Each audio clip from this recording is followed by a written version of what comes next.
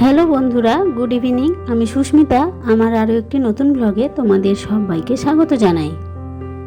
কেমন আছো তোমরা সবাই? আশা করি তোমরা সবাই খুব ভালো আছো। আমরাও বেশ ভালো আছি। আর দেখতেই পাচ্ছ বন্ধুরা, আজকে আমরা কোথায় এসেছি। আজকে হলো রথযাত্রা, সেই জন্য রথযাত্রা উপলক্ষে আমরা রথ দেখতে এসেছি আর রথের দড়ি টানতে এসেছি। আর দেখতেই পাচ্ছ জগন্নাথ দেব, বলরাম আর সুভদ্রা সবাইকেই রথ থেকে একে একে নামানো হচ্ছে, মানে মাসির বাড়ি চলে এসেছে, তো সেখানেই আমরা এসেছি। আর এই জায়গাটার নাম হলো পল্লীশ্রী ৮৬ মাঠ।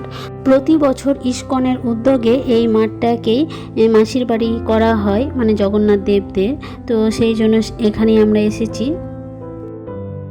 আর এই তো রথ থেকে একে একে সবাইকে নামানো হচ্ছে আর ভেতরে নিয়ে যাওয়া হচ্ছে। তো আমরা একদম ঠিক সময়ে এসেছি এইখানে। আর জানো তো বন্ধুরা, এইখানে প্রতিদিনই অন্নভোগ দেওয়া হয়, মানে 7 দিন ধরে যে জগন্নাথ দেব এখানে থাকবে সেই কারণের জন্য। আমরা এখানে বেশ খানিকটা সময় থাকলাম আর তারপরে অন্যান্য রথ দেখতেও বেরিয়েছিলাম বন্ধুরা, তো সেগুলোও তোমাদেরকে শেয়ার করব।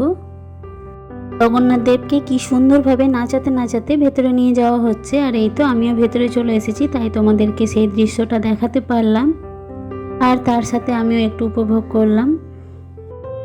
আর এই তো ফাইনালি আমরা রথের মেলাতে আর একটা রথ দেখতে চলে এলাম। তো মেলাটা পুরোটা ঘুরেও নেওয়া হয়েছে। তো চলো বন্ধুরা, আজকের মতো বিদায় নিচ্ছি। আবারও একটা নতুন ভিডিও নিয়ে ফিরে আসবো।